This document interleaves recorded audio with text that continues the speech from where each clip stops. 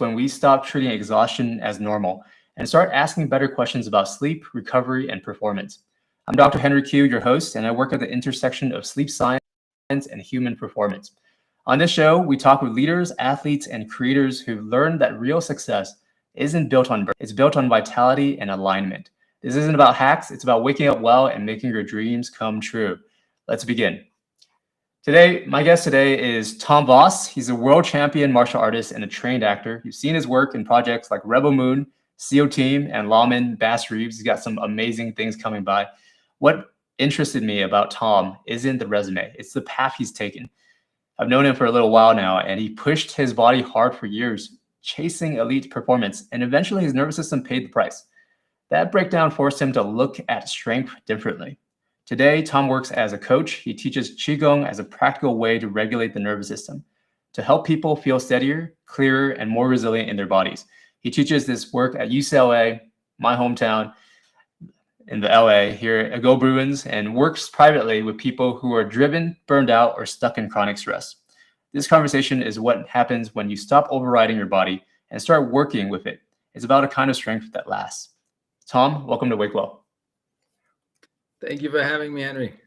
It's good to be here. It's good to have you here. I've been wanting to have this conversation for such a long time. Let's just dive right in. You've kind of gone all over the world, Tomm.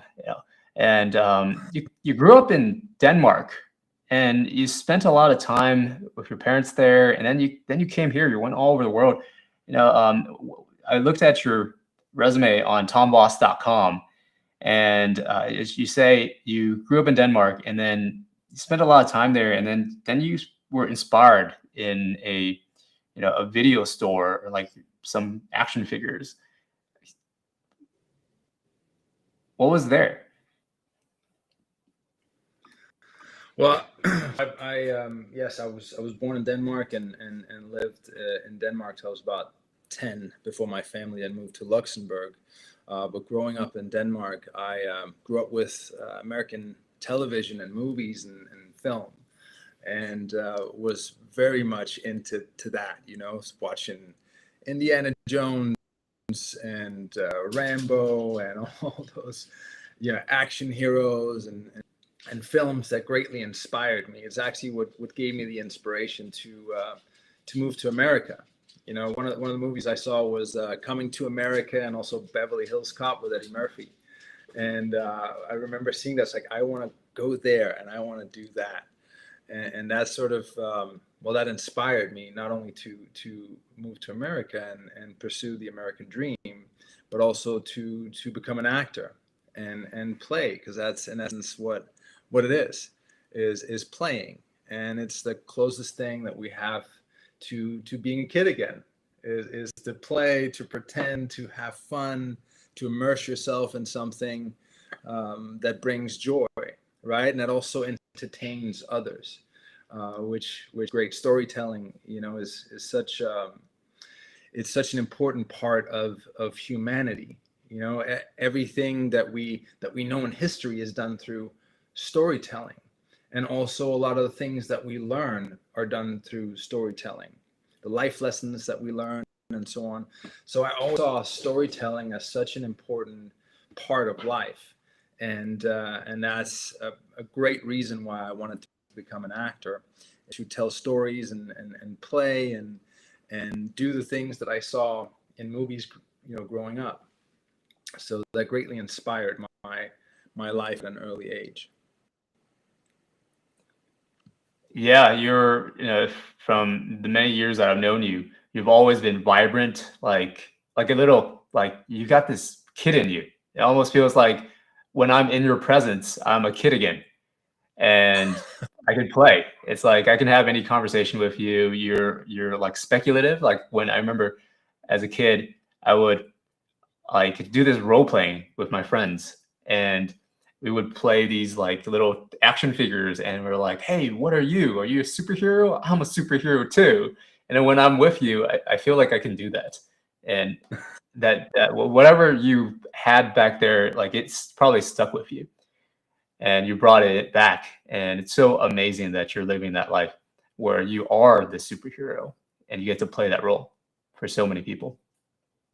Well, I think, these dreams that we pursue in life are given to us for a reason, and I think it's really our purpose and our destiny to pursue whatever it is, whatever seed was planted when we were kids, and sometimes it comes later on in life, but the importance is for us to go after those things in life, and that's what I did. I mean, it's been quite a journey to do it. Like you said, I've been around the world and experienced a lot of things, accomplished a lot of things. I feel like I have lived different lives. One, as I got into competitive bodybuilding when I was a teenager because I was a chubby kid. When I was 9, my family moved to Luxembourg from Denmark because of my dad's job at the time. And when we moved there, I didn't speak the languages that they spoke in Luxembourg, which was German, French, Luxembourgish. I had learned some English from watching American movies and TV series, reading the Danish subtitles. I was learning English that way. But Wow. when we moved to Luxembourg, I left all my friends behind in Denmark, and I became a passive kid, and didn't have much activity because we moved there just in the beginning of the summertime. So there was no school or anything like that. So I got into this passive habit of both eating candy and junk food and watching television all day, and I eventually, after a while, because I got into that habit, became a chubby kid. And when I then got into school and got a little older, I started being bullied for being overweight in school, and it was tough, as a kid, feeling that you don't fit in or that something is wrong with you. I really suffered a lot through that, but I got through it. Something actually happened, not exactly the way that I thought it would happen. One summer, I was about 13 years old, and I had kind of been bullied for being overweight. I was just not feeling good. I was kind of depressed. And it was one summer evening. I remember it very clearly. I was looking up at the night sky, and I was hoping that I would see a shooting star, so I could make a wish. And the wish that I wanted to make was that I'd never be teased or bullied again, and that maybe I could lose this weight, and maybe even the girl in school at 13 that made my heart skip a beat, maybe she would even notice me. So I was like, I was just hoping to see the shooting star, and in fact I did see a shooting star, and I made that wish. Now, it didn't come about exactly the way that I had hoped. That summer, I got a food poisoning, a really severe food poisoning, Oh, and it took me a while to recover from that. But the result of that food poisoning was that I lost a bunch of weight. So now I don't recommend to anybody this is the way you should go about losing weight. But when I recovered and felt better, I realized, oh, this is my chance. This is my opportunity. If I keep this up, I transform myself. And maybe if I transform myself and lose the weight, I can be accepted, and I'll feel better about myself. So I did. I started running every day after school. I started eating healthier, started eating less, because the thought of just being bullied, and not fitting in was just in the background. I'm like, I don't want that ever again. So I eventually, lost a lot of weight, and I got really skinny. Matter of fact, I got so skinny that the kids in school started making fun of me for being too skinny. So I went the other way. I could run fast, on the soccer field. I was playing soccer, but whenever I had to kick the ball, I didn't have the strength in my legs to kick it. Like the ball wouldn't go anywhere. So So my at the time my sister's boyfriend, my now brother-in-law, decided to take me to the gym so I could strengthen my legs and my body. So I started working out, doing strength training and physical training, and also eating even better and healthier, and educating myself on that. And after a while, I could start seeing the results of that, of the hard work Mm. that I put in. He would pick me up every day after school, and I'll go train. And in the beginning, I hated it. I thought, why am I doing this just to feel sore the following day? Feeling sore when I was brushing my teeth, my arms were sore. When I was sitting down, getting up, everything felt sore.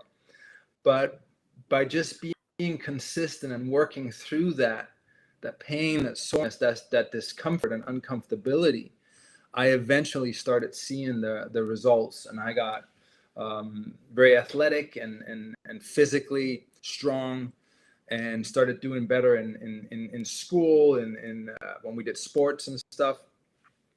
And what then also happened was, because I was the only kid in school that kind of worked out and went to the gym at that age. I mean, I was like 13, 14 years old. And everybody else was playing soccer.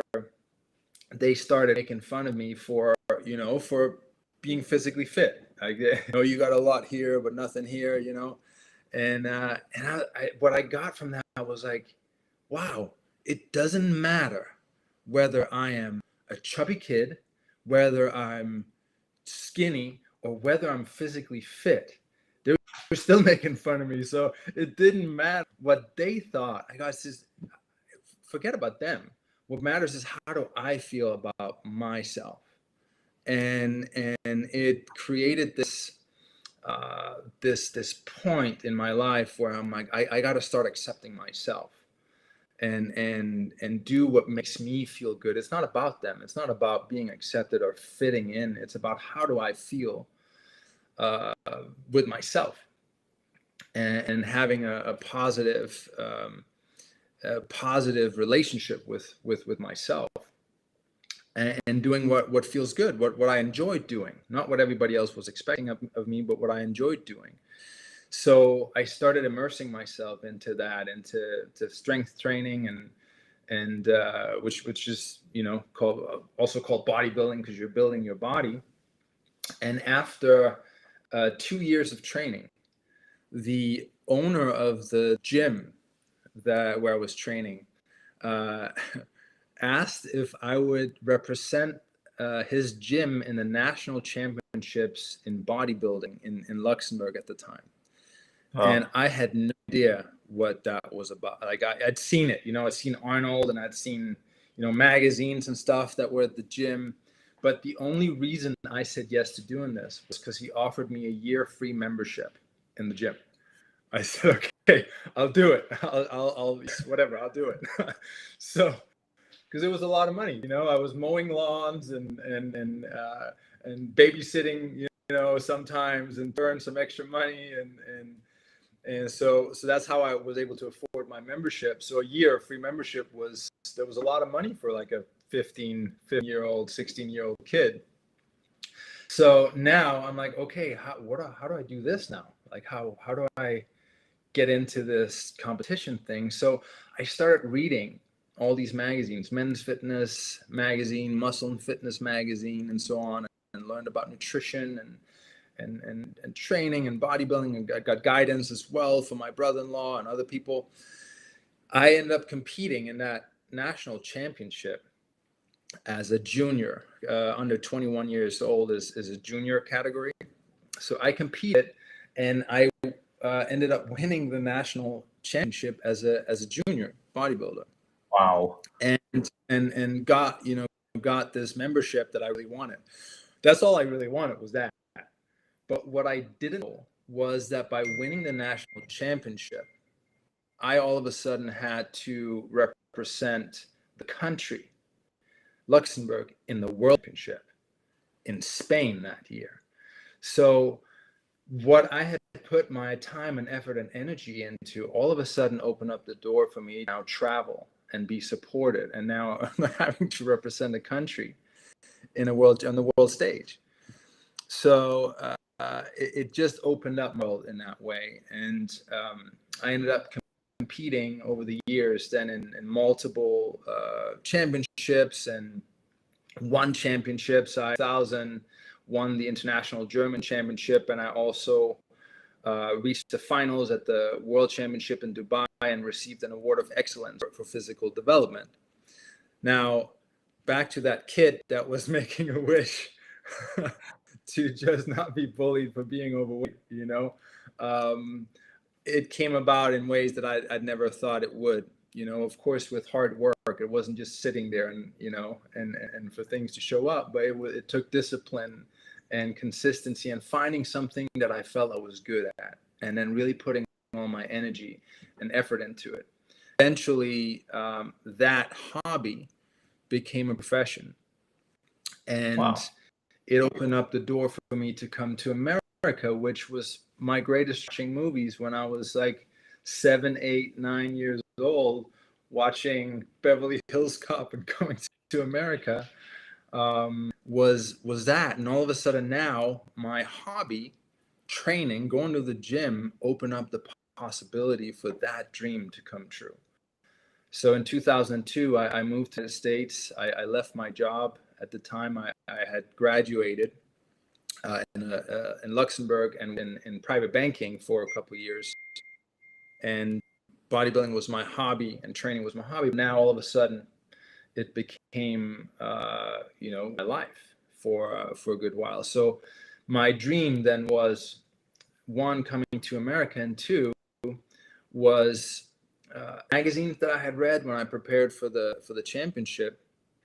I saw those and I saw the cover of those. I'm like, oh, I want to be on the cover of one of those things, on these magazines. I think I can do that. Like, that was my sort of my ambition or goal to do. And within a year of being here in the United States, I worked so much with the fitness magazines that Weider Publications at the time, Joe Weider was the guy who brought Arnold Schwarzenegger to America. Joe Weider and Weider Publications offered me a contract to become a spokesperson, a fitness model for Men's Fitness and Muscle and Fitness magazine. And that's how I got my visa and my work visa, and eventually my green card to stay and live in the United States. And with that came also many of these magazine covers that I had visualized myself being on. It came true. So that was sort of the first part of my journey in a gist. It's the shorter version of it. But this life of fitness and bodybuilding. So now I'm on magazine covers, and I'm a spokesperson for Men's Fitness, Muscle Fitness. I'm traveling around the United States and doing all these expos and photo shoots and stuff. And I was pushing my body to extremes, because when you compete in bodybuilding, you typically have an on phase, a preparation phase, where you diet really strictly and you train very hard. Like, it's very, very an intense kind of period in preparation. So you can be at your peak physical physique, but the peak physical physique is only for like a couple of days while you actually compete, and then you go off season again. But that's all I knew. But all of a sudden, now being here and having to be in shape for the magazines all the time, they could call me on a week's notice or a couple of days' notice. I'd have to be at the gym and do a shoot. There was no off time. Like, I was literally on the whole time. And I hadn't really learned balance between the two, like how to maintain it. So I was training and pushing my body to extreme the whole time. And eventually my body gave in, because it's like you have an engine on it and it's running at a red RPM. Eventually the engine blows because it overheats, right? So the same thing happened. I started feeling sick. I always had a cold. I didn't feel that I was recovering very fast. I wasn't feeling good. And also, accomplishing these things. Like, it sounds glamorous to be on the cover of a magazine, and it's a kind of a cool thing when it happens, but it's just for a month, right? Mm-hmm. You're on a cover for a month. Yeah, for And many people, that's the dream. And then afterwards, it's like, oh, now it's like you think you made it. Like, you think I got the thing. Now I can finally be happy, fulfilled.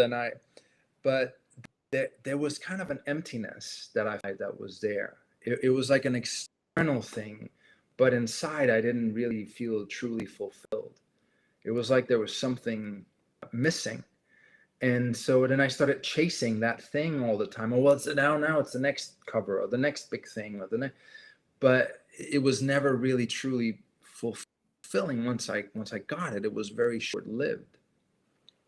And then on top of it, starting to deal with these health issues, I eventually, because I was pushing my body to extremes so chronically and not knowing how to deal with and regulate stress, emotional, physical, mental stress, I developed a chronic illness, an autoimmune disease at the time, called vasculitis.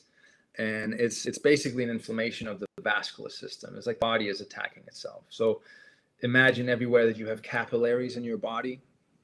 Mm-hmm. Like, imagine your whole vascular system being inflamed, like on fire. It feels like your whole body is on fire. And I don't wish it upon anybody. It was a very... Did it just come on it like slowly? How did you start noticing? It started with like dots on my legs. I was actually in Florida shooting a movie at the time, and I had sprained both my ankles, and during a stunt, and they had taken me to a doctor's office so we could continue the production at the time. So they carried me in there, and I walked out. The doctor like gave me a shot of, I don't know if it was quarters or whatever. It was some cocktail of something that allowed me to not feel the pain that I was feeling. I was able to walk out of there. But because I wasn't resting my ankles and the inflammation or the injury, eventually it spread to the vascular system. And I started having all these red dots running up my legs. And wow. I called the doctor I'd been talking to, and he said, you got to get to the emergency room right now. And so I went to the emergency room, and what it was capillaries basically that were bursting up, going up my legs. And that was sort of the beginning of vasculitis. I ended up going to the emergency room, and I flew back to Los Angeles and was in the ICU here for about week and a half, where they treated me with all kinds of medications. And I lost a lot of weight. I was a mess. I had to take all these medications to kind of suppress my immune system, because it was an overfunctioning of the immune system, because I didn't let it rest. I just kept going, regardless of what my body was telling me. I kept going. Were you like sleeping? Were you not sleeping enough? Like, what do you mean when you say you don't rest?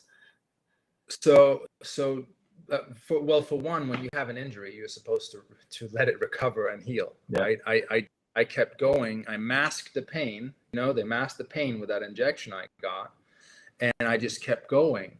But that doesn't address the issue. It just makes it worse, right? Mm-hmm. So the body couldn't handle all that stress. And on top of that, I was doing that, also going to the gym a lot, nearly every day without resting. Even if I didn't have enough sleep, I would just keep pushing forward. I was in this mentality of mind over matter. Just keep going, even if your body doesn't feel good going anyway, and you just keep moving forward. And that can be very effective to some extent, but it comes with a very big price tag on the body. And for me, that resulted in this autoimmune disease, and pretty much losing my health and everything that I had built, because now I was recovering from this autoimmune disease and was on all these medications, which also caused an underfunctioning of my thyroid, because a lot of these medications that Western medicine has have side effects that often are worse than the symptoms that they're treating. And the main thing here is they're treating symptoms. They're not treating the cause, most of them. They're treating symptoms. And what is treating a symptom? Well, it's just masking the symptom. It's like you're not addressing the underlying root cause of what's actually making you sick. You're just kind of shutting it up so you don't hear the signal or you don't hear the alarm. And then a lot of the side effects now, you have to take other medications to offset those symptoms, and eventually it's a downward spiral, right? Mm-hmm. So I did that for a couple of years. Now it just got worse and worse. And now I was being told I had to take a thyroid medication every day for the rest of my life. And, I was like, it was just perpetual. It just never ending. I was like, it can't be that I have to take a medication every day for the rest of my life. There has to be another way. Yeah. And so, I mean, we see that with like the entire Western medicine world. Like it just goes from one medicine to the next, and a lot of band-aids. It's like, oh, well, you got that problem, let's patch that up. And then now you got a rash and let's patch that up. Now now you're fixing the rash, and you got an autoimmune issue that's going to your thyroid. And then, now you have a thyroid problem. Yeah. And it's easy to see a lot of people, like I see a lot of people in sleep medicine that come to me maybe 20 years into the system. And they've gone through sleeping pills, they've gone through surgeries, they've gone through all kinds of stuff, CPAP machines, basically this mask and the hose and a machine that they strap to people, saying that your breathing system is broken, and we're going to replace it with this breathing machine. Right. And you're a breathwork master, and so we're going to talk about that later. But it's you've gone through the system, and it's incredible the journey. I've been through the system. Well, here's the thing. I don't want to completely vilify, or discredit Western medicine, because it has some really great properties and advantages. Like if something is acute, like you break a leg, fix it. Heart transplant and surgeries that need to happen and all this. Like it's Absolutely. Great for fixing an acute problem. And that's it. But it's really meant for long-term health in terms of the medications that are being prescribed. Don't really, it's more sick care than it is health care, but it does have its benefits.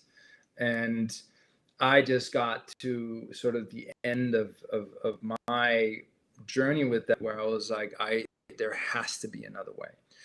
And not only that, at the same time, I was also having a bit of an identity crisis, because I, couldn't do the job that I did before, which was, working in bodybuilding and fitness. And I was so identified with that. I was so identified with my physical body that all of a sudden now not having that and having to heal or to deal with this, I was really, lost. Like, who am I now without this life? Without the physical body in the way that I was accustomed to. So it led me on the path not only of researching Ayurvedic and Chinese medicine and so on, but also the philosophies. Taoism, Buddhism, like to kind of get there be some answers out there that can help me figure out what's going on with me and what is the solution to the challenges that I'm facing. And I truly believe, I'm not, I won't say that I'm religious in any way. I'd say I call myself what's called an omniist. An omniist is someone who believes that all religions, all faiths, all religions have something great to teach, something powerful, something beautiful, like really golden wisdom to teach. And I respect that and can draw from those things, and I respect all of them, but I don't subscribe to any one. That's sort of I guess that's sort of the Bruce Lee martial philosophy as well. He said, don't let yourself be a prisoner of one style. Like, practice all the styles. Take what's useful from some and discard what isn't. What speaks true to your heart, use it. Take that. If it works, great, use it. If it works for you, for who you are. The same thing doesn't work for everybody, right? The same with martial arts. Some have body types that work better with certain martial arts, than other styles of martial arts. And so I live my life that way. I take what's useful, that speaks to my heart, that feel right, and see how I can apply it and incorporate it into my life, so I can live the life that where I'm fulfilled and happy and at peace, and can help others do the same. So I took that path of both Ayurvedic medicine, Chinese medicine. Then I eventually discovered Qigong. And Qigong is one of 3 healing arts in China, along with herbology and acupuncture. Qi translates to life force, the energy that's in all living things within us, around us, in nature. It's the energy that flows through your body, that pumps your heart, that has your system work. Qi is also the energy that flows through your nervous system.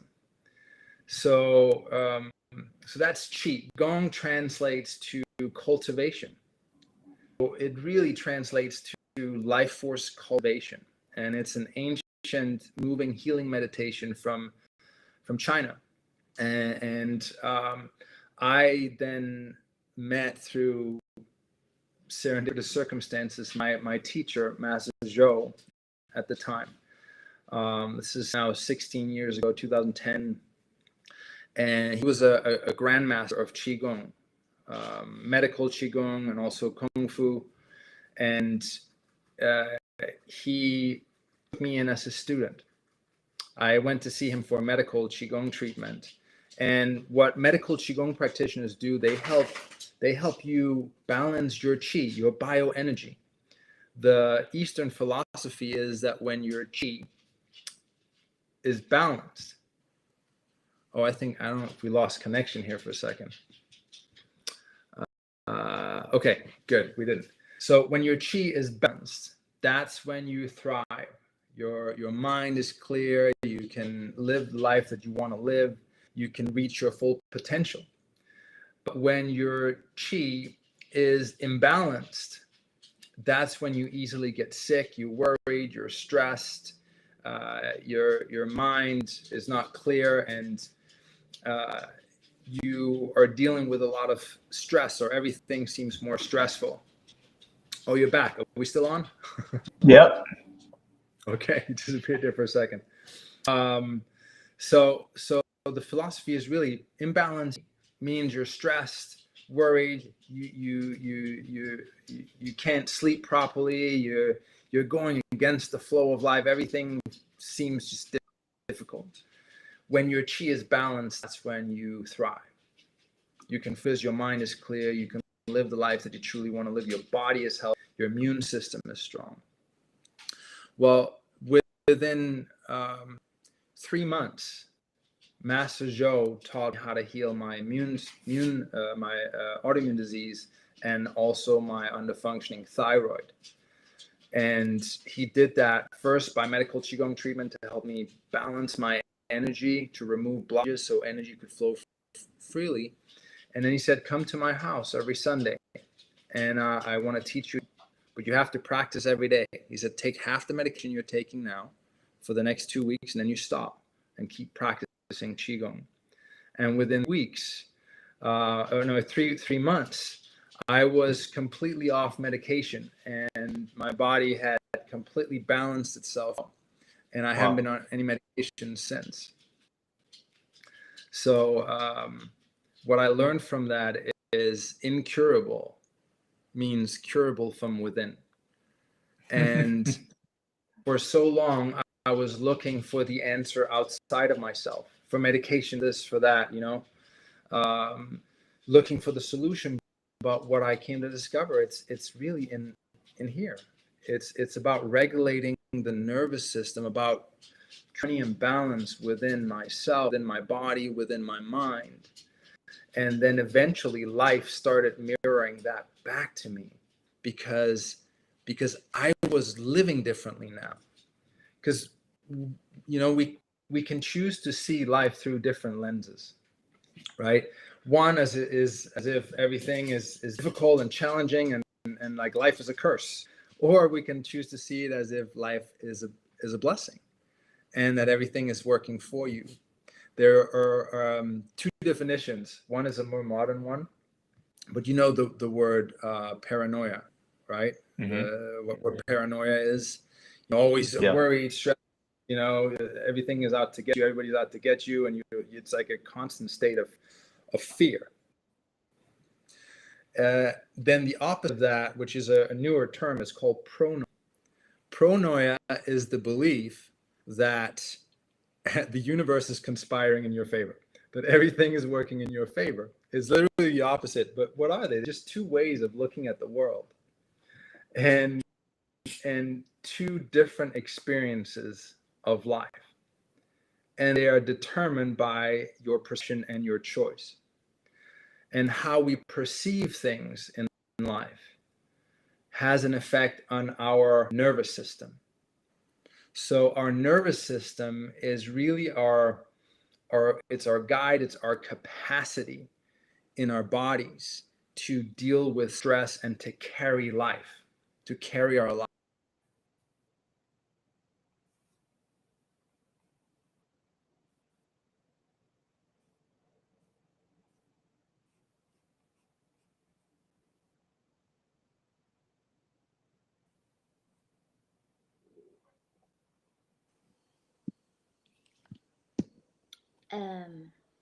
Dr. Koo? Yeah, it looks like Tom got disconnected here. Yes, I And think it was disconnected. let's send. He has his link. I would send him the link again in case. Okay. I'm going to be sending him again. There you go. Back to stream. You back? Did we lose connection? Yeah, it looks like there's a little connection issue, but there you go. You're back. Okay. Where did I lose you? You're talking about just like about 10 seconds ago, I think it is your breath or something like that. Your nervous system. So your nervous system is really important because it is the foundation. It is your foundation for your ability to carry your life, basically, to deal with whatever comes at you in life. And how we regulate our nervous system, how the nervous system is regulated, is very, very important. Even at the highest level, as a martial artist, as an entrepreneur, it doesn't matter. You're dealing with stresses, and your capacity and ability to deal with that is relying on your nervous system. And Qigong is one of the practices that where you actively and consciously regulate your nervous system in real time through breath, through movement, through intention. And when you can learn to do that, to regulate your nervous system and create coherence in your body, that also helps you improve your sleep. It helps you deal with stress and challenges that come up from a clear, coherent way, rather than a taxed, off-balance nervous system, which typically leads to emotional outbursts and making choices that are more destructive than they are creative. And people that master life, master business, master martial arts, they are master of their nervous system, of regulating the nervous system. So it is very important. And just sleep. If you don't, you don't have a regulated nervous system, is one, if you can't sleep. If your mind is constantly running, if you are looking for other ways to calm down, alcohol, snacks, foods to kind of soothe yourself, because your nervous system is dysregulated. And if you're worried all the time, that's a dysregulated system. So the antidote to that is breath. It's your intention. It's how are you using your mind? Are you using your mind to focus on how things can go wrong? Or are you using your mind to look at what's going right and what can go right? And how can I make choices that are aligned with things going right?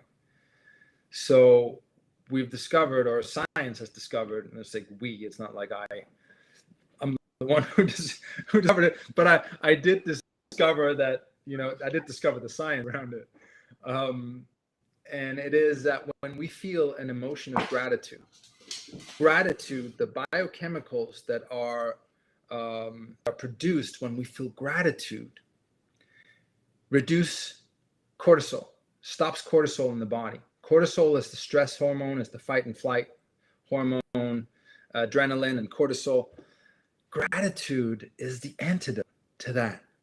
So when we're dealing with stress and we can get ourselves into a state of mind where we're grateful and in gratitude, the whole system relaxes. And we start seeing life through a completely different lens. And that is how I healed the autoimmune disease and the thyroid.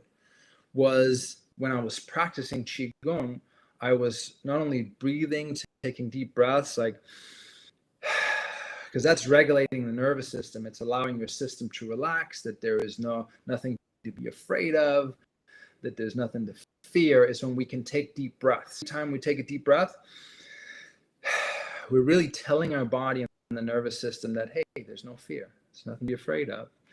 And everything starts to settle. It's the cortisol and so on. So we're really communicating with our nervous system ongoingly by how we choose to process life. So then gratitude is actively just looking at, okay, what do I have to be grateful for? What can I genuinely be grateful for? And start producing the feelings of gratitude, because it brings you back to a baseline. So I do this every night before I go to sleep, every single night before I go to sleep. I sit up in bed, I close my eyes, I take a deep breaths, deep inhale, deep exhale. I do until my body is just completely relaxed and settled. And then I start going through what I'm grateful for. And also the things that maybe didn't work out the way that I did. I'm like, okay, hey, I did my best, I did my best. Next time I'm grateful for whatever that's teaching me, and really going through and seeing everything, even the things that didn't work out, through a filter or lens of gratitude. Like, I'm learning something from this. It's not a curse. It's an opportunity, and there's a blessing in this. So then I go through that until I'm in a state of gratitude that I can really feel in my entire body. And you can feel it, like tuning into your heartbeat.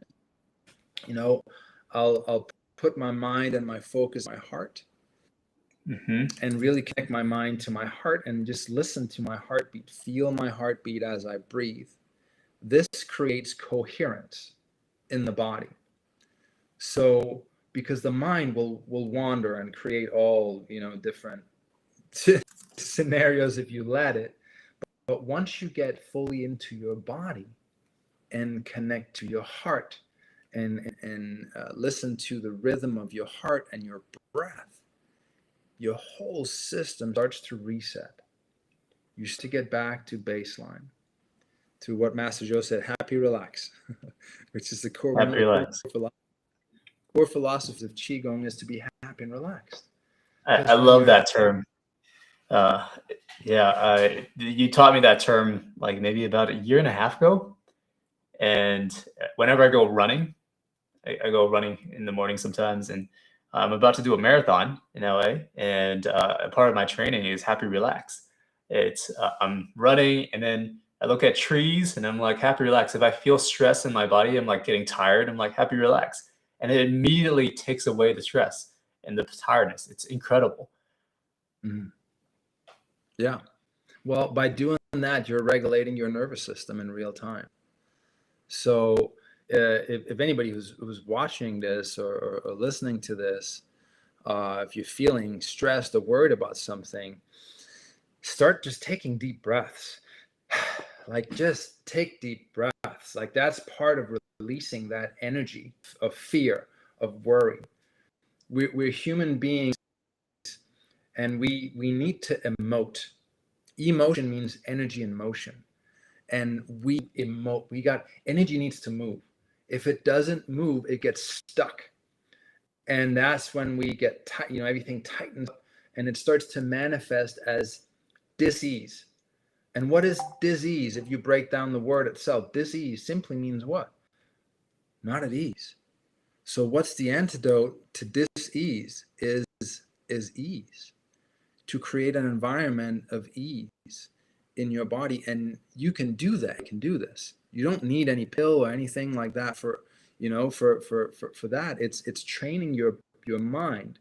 Your mind is the most powerful tool you have to train your mind to look at the good things in life, look at the positive things in life, because that produces dopamine. Dopamine is the feel-good hormone. It's the antidote to cortisol, the stress, but it's also what makes your life worth living. It's seeing a beautiful sunset. It's being grateful for the people that you love. It's being grateful for the things that you have is what There's creates quality life, you know? there's another hormone that's just as important. You know about oxytocin?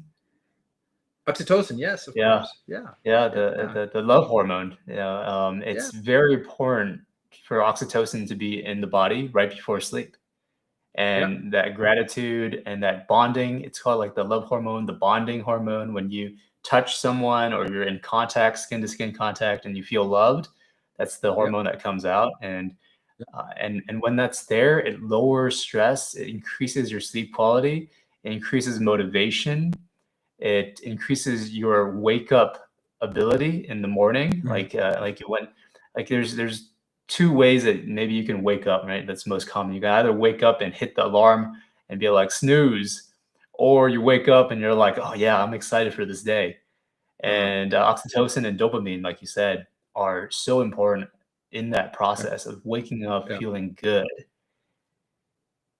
Yeah, it really is, and I can tell you this because I work with Parkinson's patients, so people that have been dealing with Parkinson's, and Parkinson's is, well, the symptoms of Parkinson's are shaking, stiffness in the body and the muscles.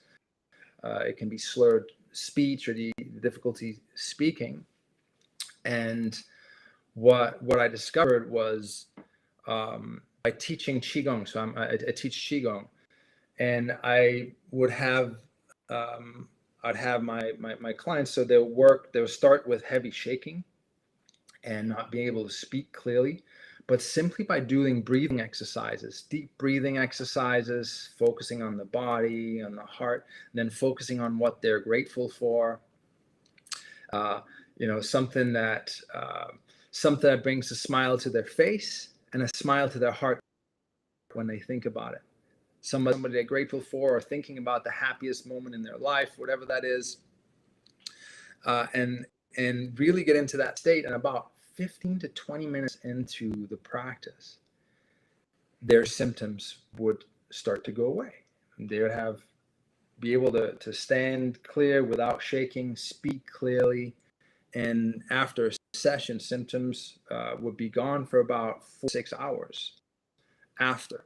Now, one of the medications that I use to treat Parkinson's or the Parkinson's symptoms is dopamine, levodopa.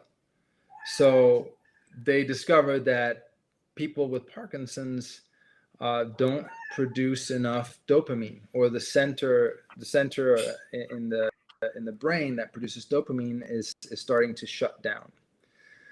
And what was the common denominator, one common denominator with the Parkinson's patient was chronic worry.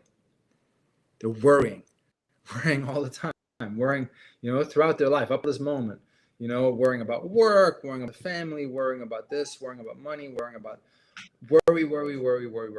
Well, worry is a state of perpetual fear. It's like, it's a fear state, right? And what happens when you feel fear? Well, cortisol, adrenaline, so on. Well, if you feel that ongoingly, eventually that takes a toll on the nervous system and it starts to become chronic. Like in nature, if you look at animals, for example, if they're afraid, what do? They kind of tighten up and they shake, right? Because they're releasing the energy of fear. They're kind of shaking the energy off. Well, there's a reason why dopamine is one of the medications for Parkinson's. Is because dopamine is the feel-good hormone.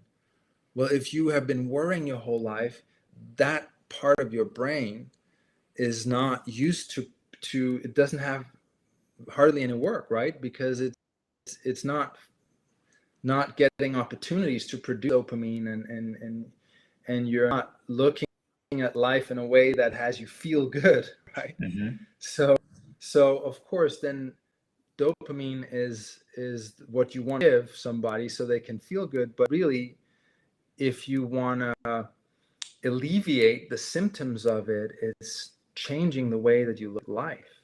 And so we look at how can we change the way we look at life, and how can we look at things in a more positive way to alleviate the things that have been the cause, stress, worry, and so on, of the disease that has shown up. And what happens is, all of a sudden, when you focus on the good things in life, your life gets better.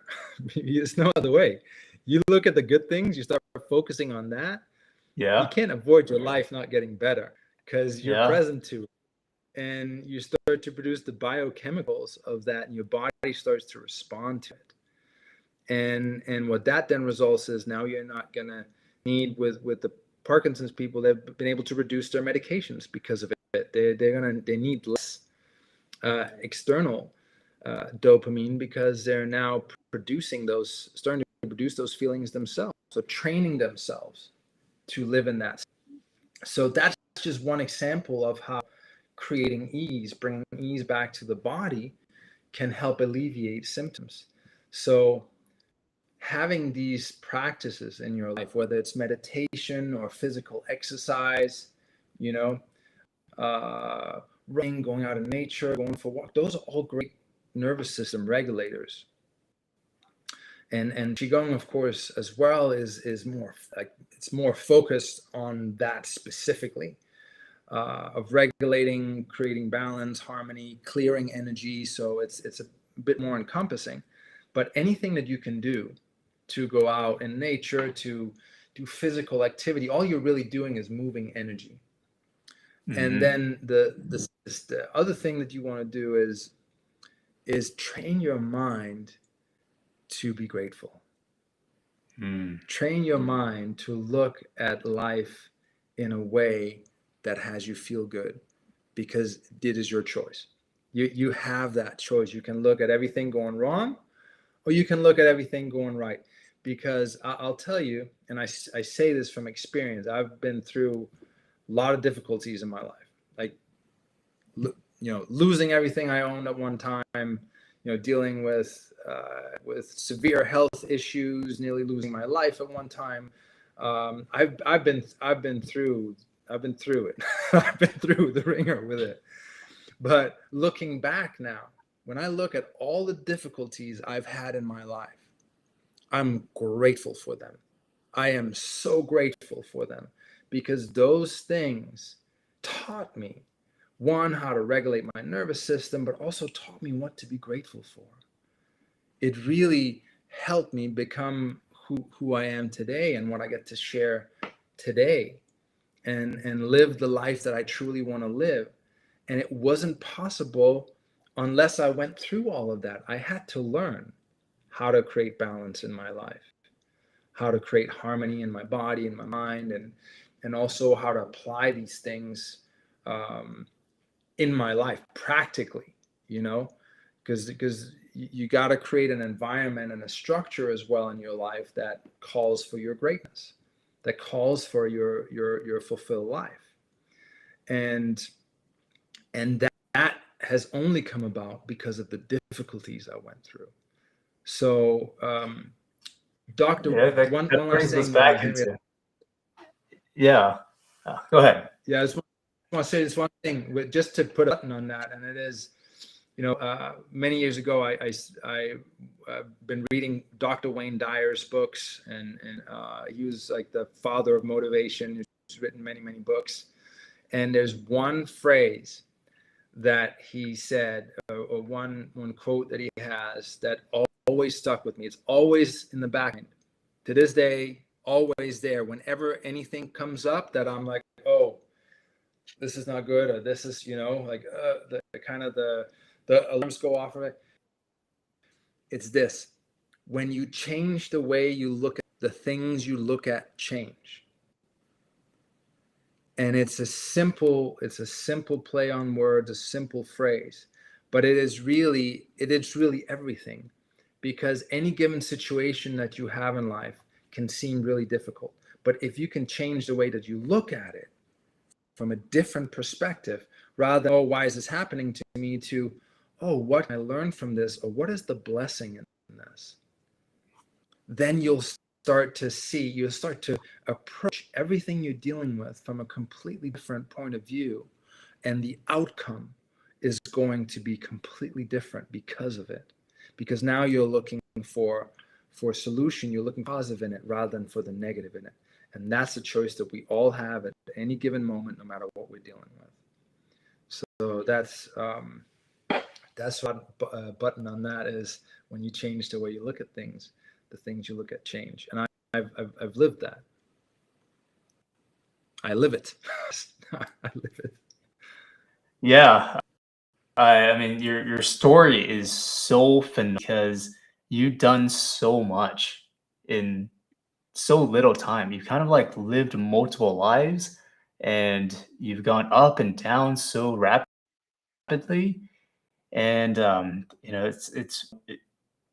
thing that I see for everybody out there is that it's just as important to go and explore things and try things out and listen to yourself is to notice when things are off and change fast. Because I think there's a lot of people out there who get stuck for a very long time. And I think they'll get stuck the longer that you begin to believe that that's just who you were and who you are as a person. And what's incredible about you is that you've lived multiple lives. Like, you continue to transform, and you're like, okay, that didn't work. Let's try something else. And then you continue to follow your heart, your intent, and just look for other opportunities that you want to have. And like when you looked at that magazine, and you're like, I wanted that. And then you're like, let's try that out. And we were so action focused. You're just like, let's do that. Let's do this. Let's do that. I think a lot of people get frozen up in like perfection, and they're like, I don't know if I should do that, or let me try this, or they go towards the things that they're like some people, they start going down a path where they start taking a lot of medication, and then they just become dependent on it, and then they don't really, hey, maybe this isn't so good for me long term, and maybe this will really damage me on the long term. And I think you and I, you believe in this idea that you said it very clearly, that what if this would be what my life would be forever? Like, what if I would be bullied forever? What if I would have this autoimmune issue forever? And yeah, it could be like 5, 10 years pass by and you could still be bullied. You could still be chubby. You could still have an autoimmune issue. It could be worse. You could still be taking those medications. You could still have issue. And the key is to be like, no, what if it wasn't that way? What if it can be different? What if there's something out there that's different? Yeah. And furthermore, it's like you did a lot of comparison in your life. You're like, well, I kind of want this. I want to be an actor. I want to be a superhero, and like all these different things. And for many people, comparison is, they say, comparison is the theft of joy, and a lot of times it is, because to people that you're like, oh man, like I wish I was that. And sometimes wishing can feel painful. It can be like, oh, like I'm not that person and I'm never gonna be that person. But at the same time, there's a different kind of thing that feels like comparison, but it's actually what you said, it's gratitude. It's like, oh, what if my life could be like that? What if like wow, that person really put themselves out there and they're an example of what it is to live an incredible life. And I think you were not only a master of creating dopamine for yourself, but also creating oxytocin for yourself. And what that means is oxytocin is like this thing of and a lot of people, when they don't believe in humanity and they don't believe in their connection with other humans, and other humans are incredible, they start to kill off their ability to develop oxytocin in their body. And then they stop feeling connected to people. You've always had this connection to the world, which allowed you to transform this feeling of like comparison into gratitude. Like you've just been like, I want to do that. Like I think I can do that. I think I can connect with that. Yeah. And that's so incredible. I didn't always that. I'll tell you what really changed for me to really create a connection in the world, and also the reason why I coach and help others and teach and so on. Up until a given point in my life, I was always living under, what can I get?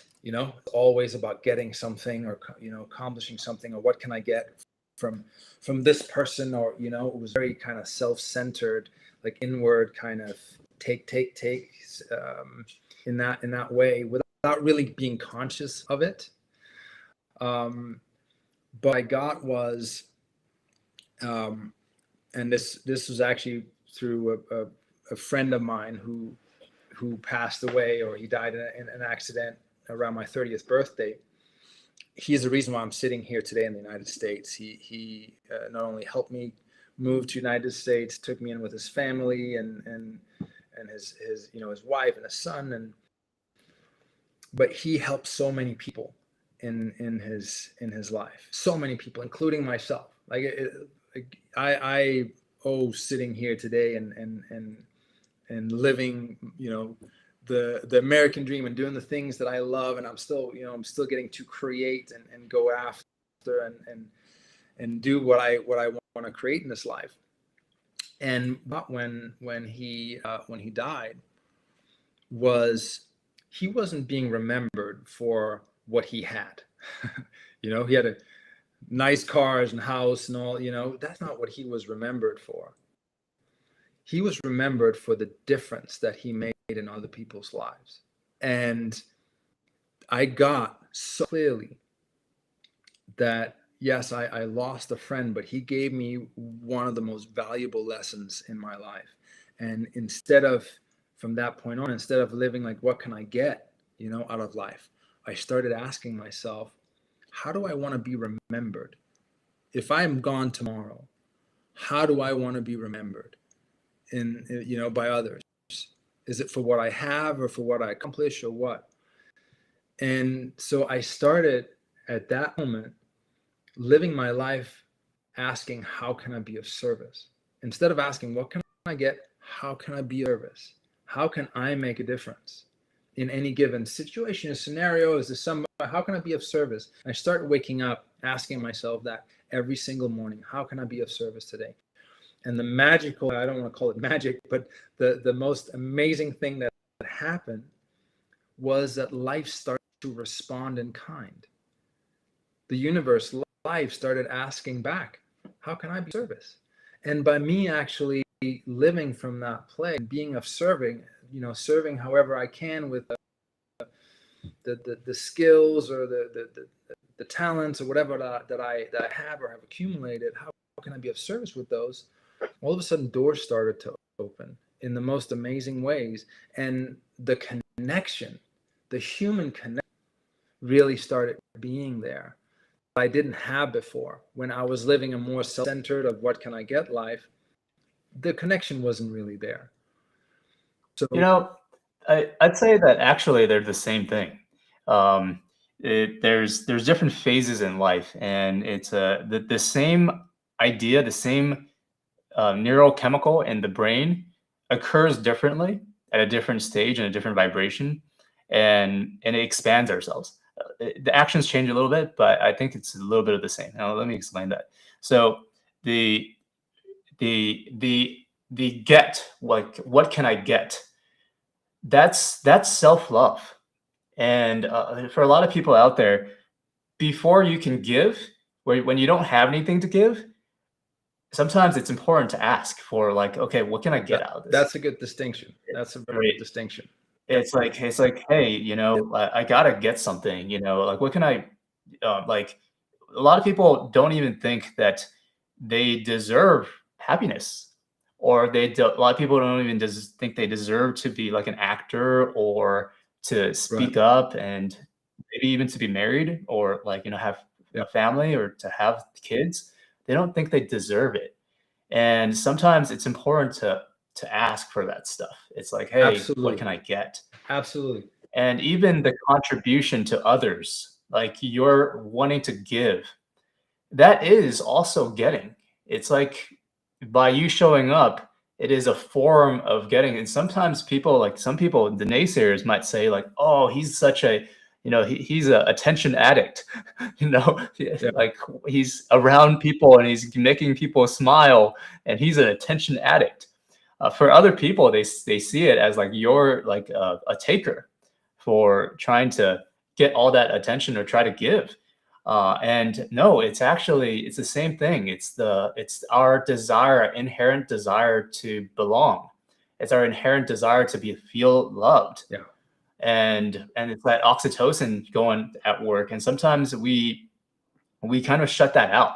And if we shut that feeling of wanting to be loved and wanting to be the guy, and to take and to nurture, we may not ever have enough at the end of the day to give others.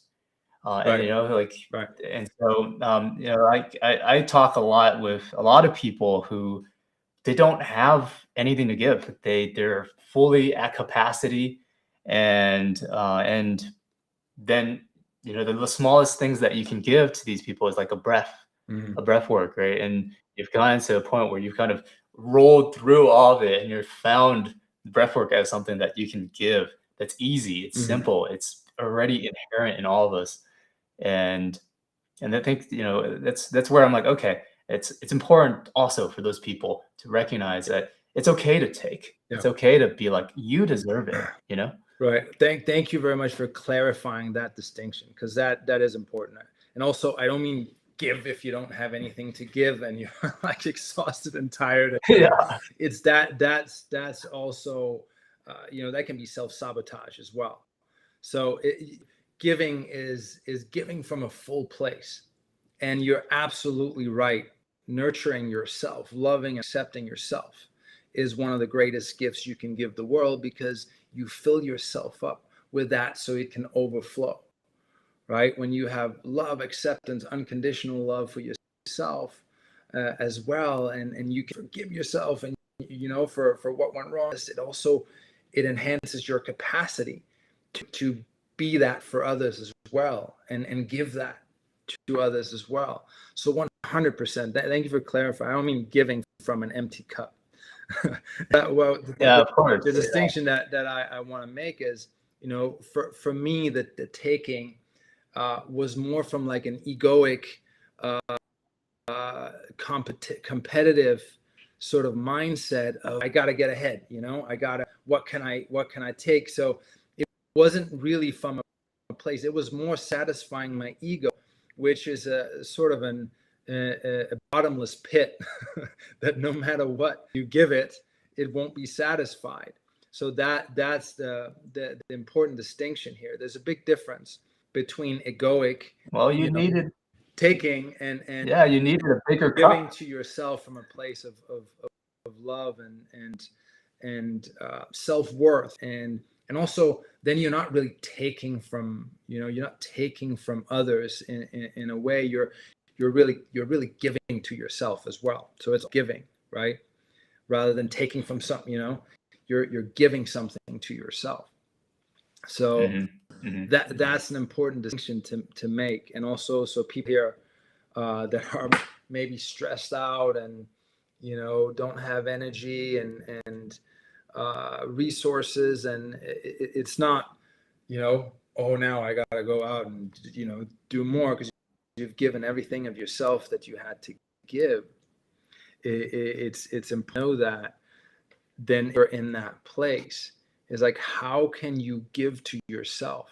And by giving to yourself is also, how can you give yourself a positive way to look at life or look at what you have to be grateful for? How can you treat yourself? Take a bath, take a warm bath, treat your body, nurture yourself. And so you can be in a place where you can actually give. So yes, there is a stage, and I think we all reach that at some point where, and I know I was at that also, where I was completely taxed. Like I didn't have anything to give. And that is absolutely the point where you got to start giving to yourself and nurture yourself and figure out, how can I restore balance and harmony within myself? Because without that, you're not in a place to really give anything to the world.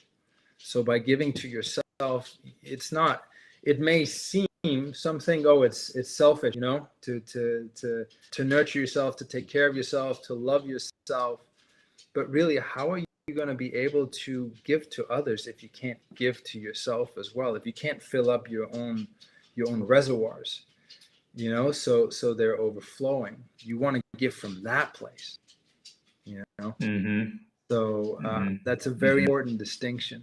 And the biggest gift you can give to yourself is really learning how to love yourself and accept yourself and create balance and harmony within yourself. That's a gift to the world. That is definitely a gift to the world. I think what you do also that's really incredible is that your whole life you kept, like the best and most interesting people I've met who've done a lot in their life, they have this capacity to keep multiple things in their mind at the same time, multiple intentions, not just one, but multiple. And you have this way of, and it's incredible, you're a martial artist and Eastern medicine practitioner, Ayurvedic, yin and yang, the two sides holding two truths at the same time. It's like this two truths that you held of giving to others while also giving to yourself. And a lot of people think you can only do one at the expense of the other one. But like the yin and yang, it's like when you do one, you get to do more of the other. Right. And then when you do the other, you get to do the other. And it's these two chemicals, oxytocin and dopamine, that is so incredible. When you desire the oxytocin, like the social bond, then you naturally say, okay, what does it take to get there? Yeah.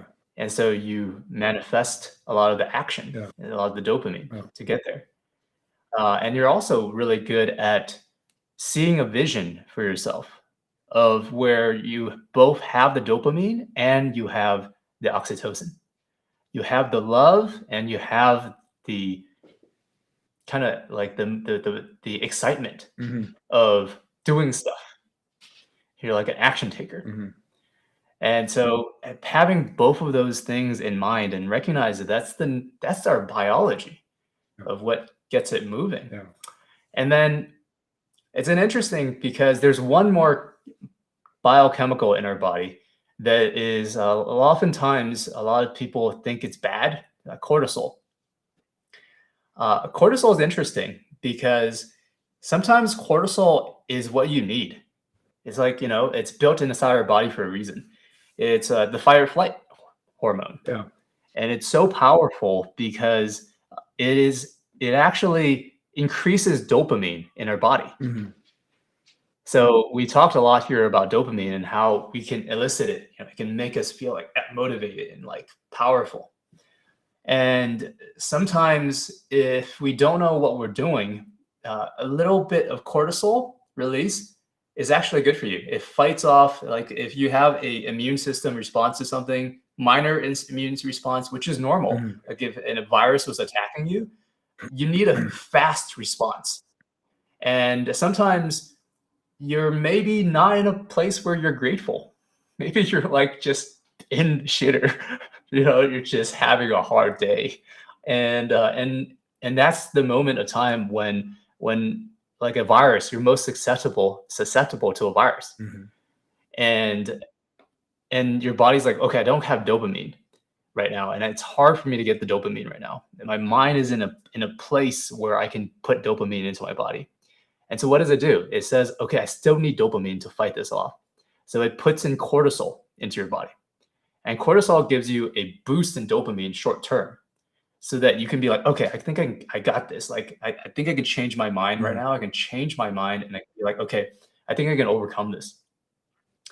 But what it does to you long term, if we start to use cortisol as a replacement for dopamine, because cortisol releases dopamine, we can actually confuse our mind and think that cortisol and dopamine is the same. So you can be on cortisol and you're thinking you're motivated. You're thinking you're excited for life, but you're not. It's a short-term thing. And when you have this cortisol that's just skyrocketing and you need more and more and more of it and your dopamine's starting to diminish. Dopamine's like fuel. If you can only make so much of it.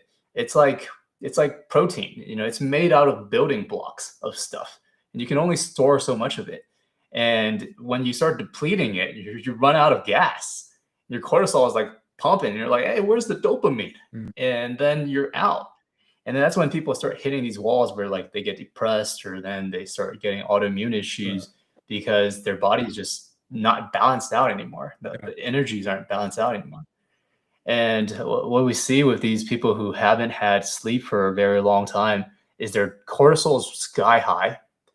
Their dopamine, their ability to generate themselves and build up their dopamine again is bottom of the pit. They can't get any more dopamine out of it. And so when your dopamine's low, your brain is starting to run amok. Like you can't sleep because you're like, oh my God, what's wrong with me? Oh man, my life is crap. And I'm not confident in myself. The confidence goes down. And it becomes this vicious cycle where they can't sleep because their dopamine's down. And then because they can't sleep, they're wanting more dopamine. So their cortisol is just skyrocketing further and further. And it becomes this vicious cycle. And breath work is something that you do, which actually helps slow down and regulate this whole thing. It reduces cortisol, increases dopamine. Yeah. It's literally the reverse of the vicious cycle. Yeah. It's that one thing that helps us center ourselves, like, what does it feel? Like when you started, and I'm not a master of breathwork. You're probably way better than I am. I do it just a little bit here and there to regulate myself when I need it. But like, what do you feel like when you do breath work? Like, you talked about how you feel that gratitude. Like, do you feel it in your cells? Like, do certain things change in the way you think? Yeah, I get very conscious of my body. So rather than being in my mind, in my head, where all the thoughts are living, I tune into my body, and I really start to feel my entire body from the soles of my feet to my hands to the top of my head. So I expand my awareness to my entire body, and then I start breathing into my entire, tune into the physiology, tune into the physical movement, how my body expands as I inhale, how I relax as I exhale. I start tuning into my heartbeat, so really into the system. I'm attuning myself to the system. And then I start breathing. I start breathing. And then I start to, if I want to regulate into a positive state, well, then I start to focus on what I'm grateful for. And I focus on that so long. And it could be a simple thought. I just think about somebody that I'm really grateful for, something great that happens. I immediately get a smile on my face. So the Taoists call this the inner. It means smiling towards yourself, towards your heart, and towards your being, your own being. That increases vitality. And when I focus on that, I can feel it in my entire body, in all the cells of my body. It's like a kind of feels like a hum, like a warm humming is what it feels like. So then I know, okay, now I'm in the state, I'm embodying it, because it's now somatic. It's not just a thought, because you can think something, right? It doesn't mean that you're feeling it. So I have trained. That's a really good distinction. I have trained myself over years, because I've been doing Qigong now for 16 years. And I've been, teaching it for 10, 11 years now. So now my body regulates automatically. When something stressful is coming up, or I'm going through challenges, I'm already automatically taking the breaths, and I can feel that energy, or whatever that is, discharge, because I have increased the capacity of my nervous system to hold energy. That's literally what Qigong is about, is increasing your capacity to hold energy and move energy and store energy. So the more capacity we have in our nervous system, the more we can hold. So now when something comes in, I become conscious of it immediately. My body is my compass. Your body it knows more than your mind does. So if your body feels off, you don't feel good, then it's time to regulate.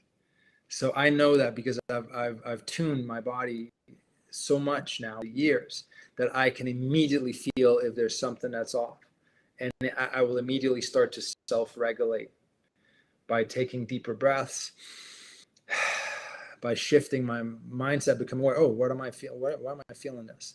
What is the thought that's causing me to have this feeling? With fear-based thought, because it's not that I don't have fear thoughts that come up, or negative thoughts, or I'm not dealing with stress anymore. that's life. But it's that I have trained my nervous system to deal with it and self-regulate like in time, right? So that's the difference between me now and me before. It's like, yeah, stuff can come as stressful, but now I'm not stressed about it for a week, or for a day, or for a month, or for a year. Now I work through it immediately, so I can get into a coherent place in my mind, so I can deal with what it is from that place, and look at, okay, what can I create? So that the two questions you can ask yourself is, one, am I resisting what's showing up for me in life? Because resisting it is like bracing, like fear is like bracing. We're bracing. Yeah, and it takes a lot of energy to brace and to resist something. Because just try being in a river, right? You flow in a river. If you start swimming upstream, it takes a lot of energy to do that. That's the same with resisting what shows up. But once you accept, okay, I accept that this is what's showing up for me right now in this moment. How can I work with it rather than against it? And in order for me to work with the situation, whatever it is, I first have to regulate myself, my body, so my nervous system is balanced and harmonious, because I know that from that place I will get the best possible outcome out of it. And that's training. That is the greatest gift you can give yourself, is learning how to regulate your nervous system. So does that answer your question? Like, did that answer your question? yeah, it's like, yeah, it's that puts a incredible perspective on what breathwork is. I've never heard of it like that. That it's charging you up like a battery. That it is how you generate energy, how you cultivate it, how do you contain it, and then how do you use it and channel it through your body. And so I was like, wow, that's really, really cool. Because now that I'm noticing it, I'm like, when I do breath work, it is a practice of like noticing energy. It's like, okay, that's what good energy feels like. That's what that buzz feels like. And then once you know what the buzz feels like, you know what it feels like not to have that buzz. And that means that even when you're not doing breath work, you're not doing the intentional stuff, because a lot of people out there, they're like, oh, well, like, like if I can't do it all the time, then it doesn't work. Or like, oh, like, that's woo woo and that's just breathing. I already breathe all the time. Well, it's not just breathing. It's also just recognizing that we have internal states where we feel good. Like, we feel the gratitude, we feel that buzz. And then we know when we're like really off from it, when like something comes in and it's like, oh, that's definitely a way, it's resisting, it's like different from how I should feel. And it's that noticing which triggers a response of like, okay, well, what do I know that I can use? What are the tools I can use here to be able to regain that buzz or get closer back to it? And it's almost like this, that pendulum, like of it going too far to one side, or we want to keep it somewhere in the middle where like we're able to take action. We're not just breathing, or like, too far to the other side and you're shaking and all you're trying to do is breathe and you're not doing anything at all. You're not in action. You're not in connection. But on the other side, you're just like, you're just, you can't do anything. You're stuck. You're in your head. And so where's the balance in between where you can connect and you can also be with people, right? So that's pretty cool to see that that's like there's an energy battery inside of yourself. It's all energy. you're all energy. System is an electrical system, and the word system is really important to hear, because everything in your body it's all a system, and there's systems within the system.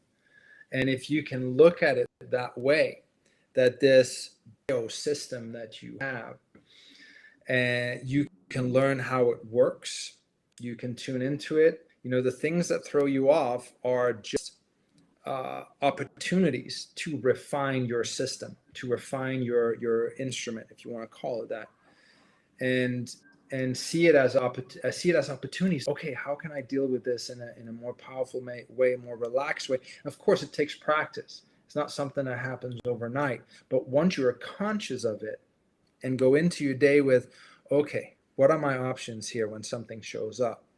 How am I feeling? What are my options here? Do I need to talk to somebody about it to get a different perspective on it? Or can I take a deep breath? I mean, we can do just do this with me now, or any listening. Just try taking a deep breath in through your nose like this, all the way in, and then out through your mouth. And take another one, deep breath in.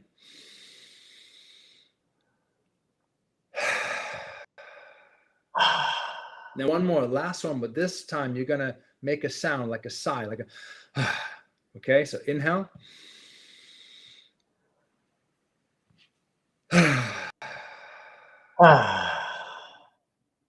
Now, how does that feel? Feels like I just let some stuff out of my body. And it feels like I'm giving myself love in the moment, giving myself a moment to be at ease with myself. Like, and I don't really think, I don't hear thoughts going on. I'm very intentional. Like it's like it quiets the mind. Mm-hmm. And now I feel like I'm more present with my own body, like a little slower, a little more ease in my life. So most people have shallow breathing. They have tightness of breath, and really you're communicating with your body that there's danger when you do that. So, and most people do it unconsciously. They're not aware of it. It's just become a habit. So you're constantly telling your body there's danger because you're on like a low fight or mode. And if you've done it ongoingly for a long time, you're not aware of it. It feels normal to you. The only way you know that it's not normal is if you start taking deep breaths and you actually feel the release of that tension that's there. So, and coupling it with sound, like a sigh. How do you feel when we relax? It's like, okay, I can take a load off, right? There's that sound with it. So when we do that consciously, it actually tells your body, hey, there's no danger. It's okay. There's nobody attacking you. There's no bear, jumping you or anything like that. You can relax. And so consciously starting to communicate with your body and letting it know that it's safe is taking conscious breaths, taking conscious deep breaths throughout the day, and learning to train yourself to do that ongoingly. And you will start to see that your thoughts also quiet down. They may even start to shift because you're not on like a low level fight or flight mode. You're actually in a relaxed, coherent state because you're breathing. You're letting your system exhale and release that tension that's there, because that's really what we're doing. There's tension. Inhale, it releases, it relaxes. So you're discharging your body of the tension. Most people don't even know they have that tension. So you will know when you start to actually discharging it. You will know, oh wow, I was holding so much. I was holding on to so much. And so doing that is regulating your nervous system real time. And then you can take it a step further. It's like, oh, okay, what is, again, focusing on what there is to be grateful for, or what is good in your life, because we're so trained also just by watching the news and media. And I'm not going to get into what's on the news, the structure of news. Okay, most people look at their news on the phone or look at television. The structure of news is typically 5 bad stories, horrible stories, bad stories, to 1 good one. At the end, it's like, and there's good news there. It's the end. But that is very imbalanced. That's 5-1 imbalance of positivity and negativity. And that's been going on for decades, that we're trained to look at the world through a fear-based lens and filter. And that has a deep impact on our subconscious mind. So it's really important to understand that our diet, or what we consume, is not just food, it's energetics as well. Are we looking at things that are fear-based? Because when we do, our nervous system goes on high alert. It's like, oh, there's so many bad things happening out there. But I promise you, there's just as many, if not more, great things that are happening in the world as well. So watching the news, if you're stressed or worried or dealing with stuff in your life, don't watch the news. Seriously. Like, there a lot of stuff, it has nothing to do with you, and there's not much you can do about what it is that has happened. But what you can do something about is about your life and your immediate surroundings. Like if you want to do good in the world, how can you do something, impact those around you in a positive way? Because that ripples out into the world as well. But when you're tuning into all the negativity, fear-based stuff, you're training your nervous system to be on alert. And that's why that low level tension is there. So many years ago, I'm like, okay, I don't need to know everything that's going on in the world. It's not like, there's a lot of stuff I don't even have control over. So I started looking at how can I feel good? And I started looking at things that inspired me, reading things that inspired me, that uplifted me, because I knew that if I feel uplifted and good, I can better serve those around me and my community and the people that I work with. And that makes a difference in the world as well. So look at your life and see where are you taking in negativity and fear and things that are not good for your nervous system, that are not helping you really. Like just take an honest look at that and look at what can I cut out that really doesn't serve me. Because that can be an addiction too, is looking at the negative. At least my life is not as bad as that. Like that can be an addiction too, to feel better. Look at negative stuff to feel better about yourself, but it's not necessarily the healthiest way, of creating a harmonious internal state. So taking an honest look at that, like what are habits and practices that you have in your life that are disrupting or regulating your nervous system. And once you have that, you can start to take actions. Oh, let me cut this out. I don't need that. I need to look at these negative things on my phone or whatever. Start programming yourself and your life for feeling good, like feeling how you prefer to feel, because that's your right. I really believe that we all came into this life in this world to live our full lives and to feel joy, to feel good, to have connection, to have love, and to be fulfilled and go after the things that we really want to do. Because as Jim Carrey said it, he said that he learned from his dad that you can go after the things you don't want and fail. So you might as well go after the things that you really want. And chances are you might actually get to do those things and live that life. But if you're doing things that you don't really want to do, in your life, and you're not fulfilled in them, well, stop and take a look at that. It's like, is that really the direction that I want to go in life? Or is it too uncomfortable to uproot yourself from that life to actually go after what you really want? You got to ask yourself that. It's a very important question. Like, am I going to be this version of myself forever? Or do I want to upgrade my system, my nervous system? You want to upgrade myself, learn things I need to learn so I can live the life that I truly want to live. And I promise you, you choose that route, it's worth it. It's worth it. Even if you are not getting all of the things that you want, you're at least going after. You can at least at the end of the day say, man, I went for it. I went for it, and it may lead to something greater than what you imagined. But that's your inner compass, is going for the things that you feel, this thing, there's a reason that you have that.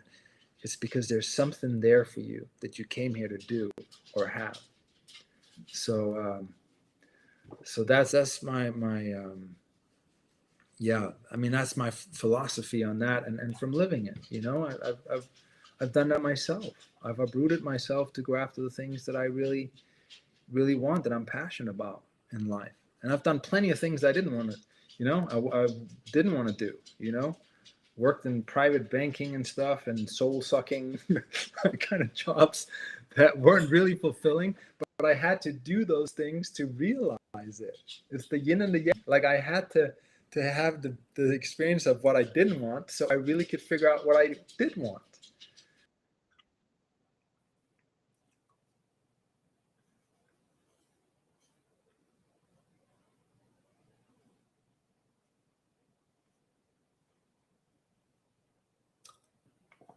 Looks like we have a little disconnection issue. I think he'll be back.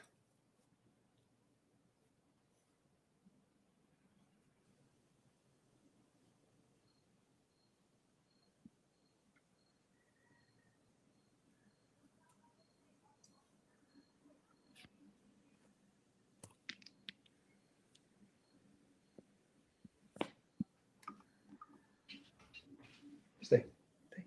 Okay. Okay. We lost connection again. Yeah. So I don't know where exactly we lost the connection, but Yeah, you were saying that you had to give up some of the things that you didn't want so that you could get the things that you want. And yeah, and really allow yourself to go after it. Like, you got this life. Like, go after it. Why not? Why not? Why not? And here's the thing. It's not about necessarily getting the thing that it is that you want. I mean, that's great once you get it, but it's really about who do you become in the process of getting there, the journey to there. Because once you're there, who you've become in the process, nobody can take that away from you. Like that, it's who you're being, not what you have, but who you've become on that journey to going after your dreams and your goals and whatever it is. That is more important. Who you become is more important than the thing itself. So you can only win by going after it. And again, the yin and yang symbolism is we can't experience the greatest joy imaginable if we haven't also experienced the greatest despair. Like, we have to experience the opposites to truly appreciate the things that we really enjoy and that we really want. You know, so it's like the light and the light and the dark. Like, we can only be a whole human being if we can accept all of it. And we need to have the experiences. So wherever you're at in your life at this given moment, know that it's for a reason. It's because you're discovering what it is that you truly prefer and what you don't prefer. And now you get to make a choice from that place. And then take the steps to what most aligns with you, you know? So, yeah, we've been talking for a good while now. It's been, I think we've been going. That's incredible. That's really incredible. I mean, you talked about like so much here, and I had a bunch of questions here to ask you, but I didn't even have to ask them because you kept on answering all the questions without even me asking you the questions. Like, you read my mind. Well, good. Yeah, really what I think the most important thing that I am intending for people to be left with here is that no matter where you're at this given moment in your life, no matter what it is, or where you're at, or what you're dealing with, that you have the tools around you to really create the life that you do want. It's not that far. It might seem far away, but it's not. The tools are all around. And really training yourself is the most important thing, is like really training yourself in how to regulate yourself and create harmony and balance within yourself, because life mirrors that back to you. If there's chaos in your life right now, it's probably because there's chaos inside, in your mind, in your body. It's not regulated. So the first step you can take is learn how to regulate your body, your mind, creating ease in your body and your mind again, and really nurturing yourself back to really the best version of yourself. And consistently, then you align yourself with your highest potential and with your best life, because then life will start to mirror back to you who you're being. And it's not about doing stuff. More important than doing is being. Who are you being in this moment? Who are you choosing to be? How are you choosing to be? And that all comes down to learning how to regulate your nervous system, your mind, discharging whatever doesn't serve you, and creating coherence. That is in alignment with your highest potential and your wishes and your dreams, whatever they may be. Yeah. That's what you want to get to. Yeah. The being piece, I learned that one. That's probably the most important piece of this whole game. And I learned that first piece from Tony Robbins in one of his books when it was like maybe about 10 years back. And in his book, he wrote, I think it was Waking the Giant Within. I think that was the book. And he wrote in this one section, somewhere in the middle of the book, it was like, what are your values? Like, are you like a generous person? Are you a loving person? Are you like, what are you? What do you want to be when you leave this world? What are you going to be known for? Just like, what you were saying. And from that point, I started realizing like, wow, I want to be loving. I want to be like generous. I want to be connected with people. I want to be bold and confident and be on stage and all of those things. And then I started looking at my life and I'm like, wow, I don't really have a lot of those things. And that's okay, because every single day, like you said, every single day I took an action.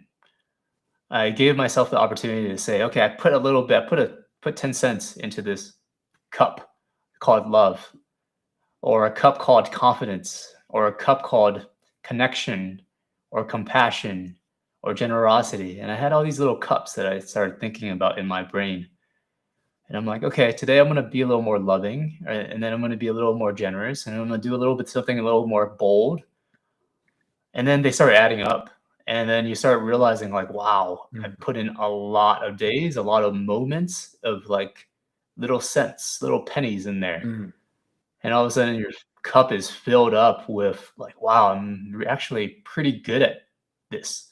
Like I do have a generous life. Like I now have a company that can provide sleep care. And now I have an ability to connect with people and to talk about these things like breath work and love and all these different things. And as you start to fill those cups, people start noticing that, hey, you've got a little bit in that cup too. I like that cup too. And then they hang out with you. And it feels fun to hang out with more people like that. And then you have more money in that cup and more energy in that cup, and you're able to give that away.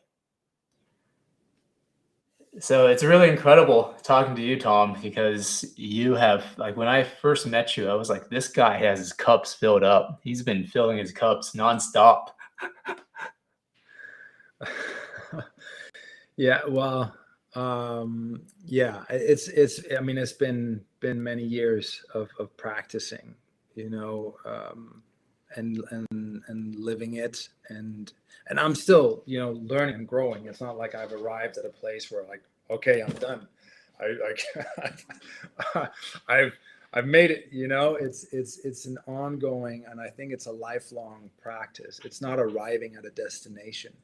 It's a journey of discovery, of ever greater ways of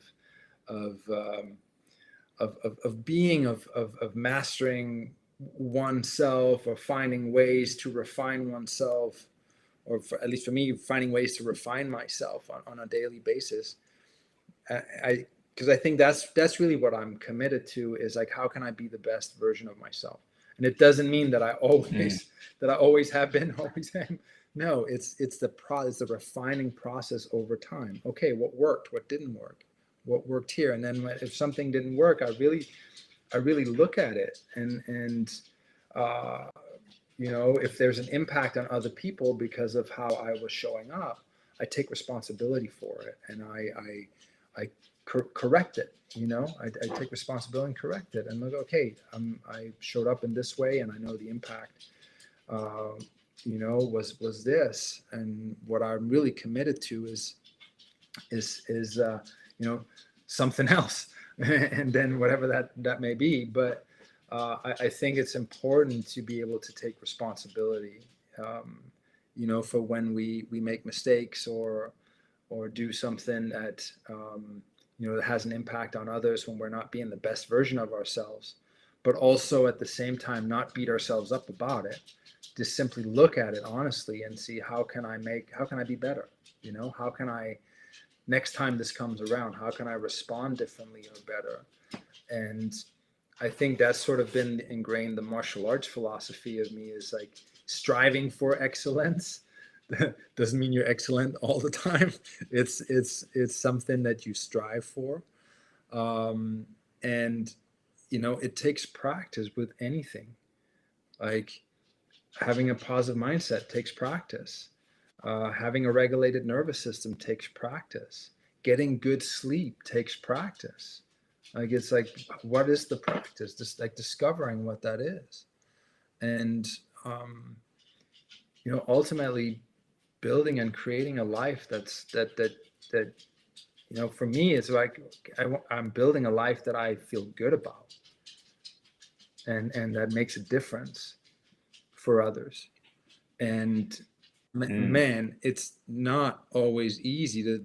It's not that all of a sudden you have no problems. No, it's like, now when challenges or difficulties show up, I'm not completely thrown off anymore where I used to be. Or maybe if I experience an emotion, whether it be anger or upset or frustration or something, I work through it very fast.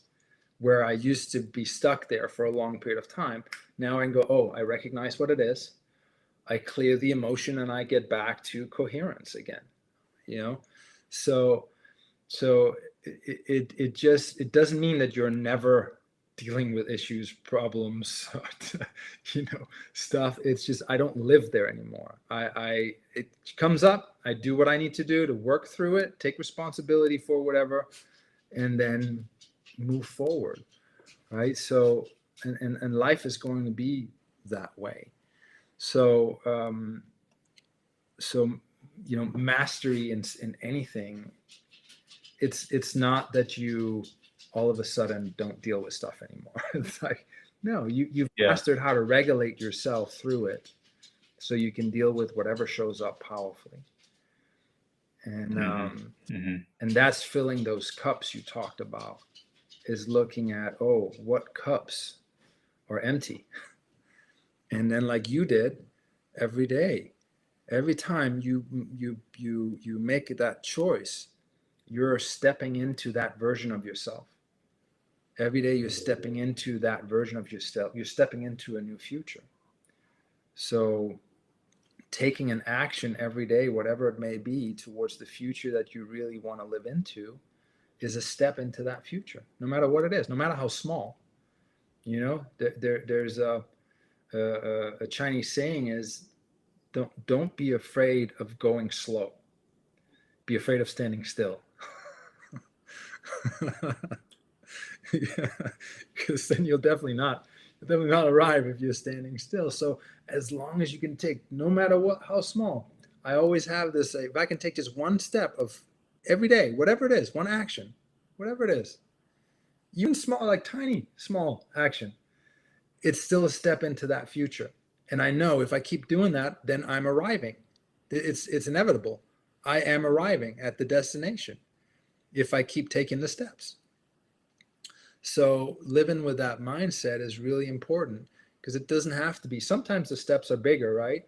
But it doesn't have to be huge steps. But if you can just do, even if you're in a situation right now where you're not really where you want to be or doing what you want to do, well, what steps are you taking into the future that you really want to live? And what step can you take today, no matter how small? Is it making a phone call? Is it looking something up? Is it enrolling in some kind of class? Or is it, Is it taking on a new practice, or learning meditation, or qigong, or is it something that can, whatever you see that can benefit you to be the best version of yourself, the version that you really aspire to be, and start embodying that now. Start taking the actions that that version of yourself would be taking. That's really how you fill your cups. So, yeah. Yeah.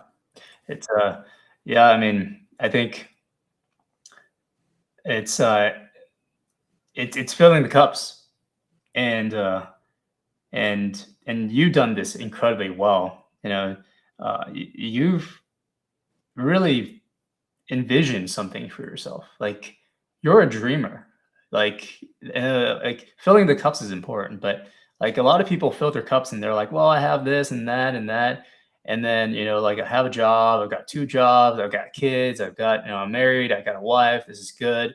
And then they're still stressed out because of their job, and they're stressed out because they're doing too much.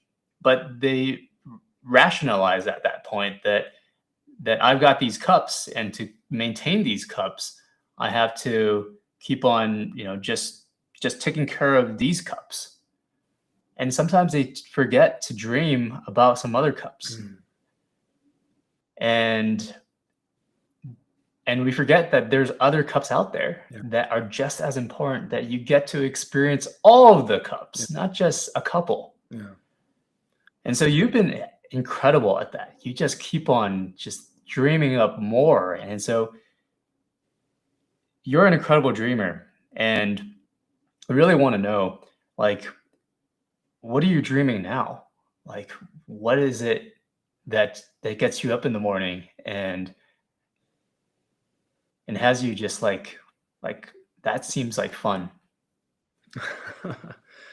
Well, so I'm well, my acting career, since we started this whole interview, I talked about acting, which was a childhood dream that I really get to do, and I get to play. I really feel like a kid again. And now that, because I have practiced so much. I mean, I've studied acting. I've worked. I've been doing this for nearly 20 years now. Like professionally, I've been working as an actor, and also as an actor, your instrument, your body and your mind is your instrument, and how you regulate it, really matters in how you play all these different roles.